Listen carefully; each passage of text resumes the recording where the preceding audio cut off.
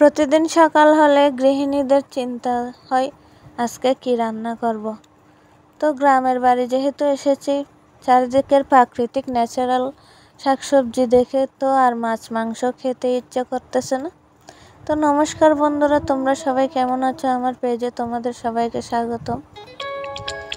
আমাদের উঠোনের সামনে একটা সজনে পাতার গাছ আছে। মাকে বললাম আজকে সজনে পাতা রান্না করলে কেমন হয়। মা কোটা দিয়ে সজনে পাতা পেরে দিয়েছে। তো আমি ফেলন ডাল দিয়ে রান্না করব, সেজন্য এখানে ফেলন ডাল ভেঙে চুড়ে নিয়েছি। এখন ফোটাতেও দিয়ে দিয়েছি। এদিকে সজনে পাতাও কুচি কুচি করে ঘেটে ভালো করে পরিষ্কার করে ধুয়ে নিয়ে এসেছি। সজনে পাতা হলো একটা উপকারী খাবার। দেখো এখানে চিংড়ি শুটকিও দেব। ডাল দিয়ে সজনে পাতা দিয়ে চিংড়ি শুটকি দিলেও অনেক মজা, চিংড়ি মাছ দিলেও অনেক মজা। তো ডাল প্রায় ফুটে গেছে, এখন আমি সজনে পাতাগুলো দিয়ে দেব।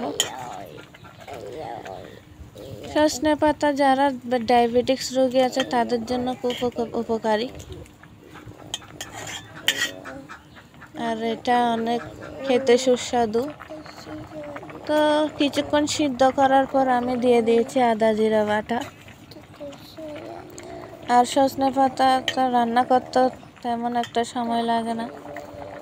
এদিকে দিয়ে দিচ্ছি হলুদের গুঁড়া পরিমাণ মতো, হালকা মরিচের গুঁড়ো দিয়ে দিচ্ছি, বেশি দেব না। আর এদিকে লবণও দিয়ে দিয়েছি, দিয়ে দিচ্ছি কাঁচা লঙ্কা চেরা। দিয়ে আমি 4-5 মিনিট ভালো করে সিদ্ধ করে নেওয়ার পর চিংড়ি শুটকি মাছগুলো আমি ভেজে নিয়েছি একটু করে, এখন এগুলো দিয়ে দিচ্ছি।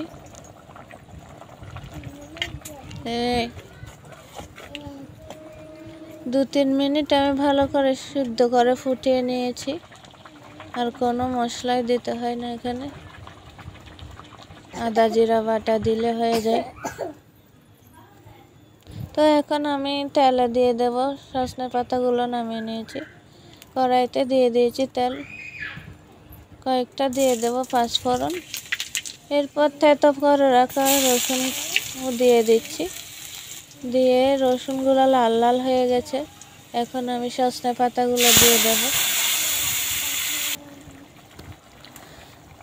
দিয়ে ভালো করে একটু ফুটিয়ে নেব। একদমই ইজি রান্নাটা, খেতে কিন্তু অসাধারণ লাগে।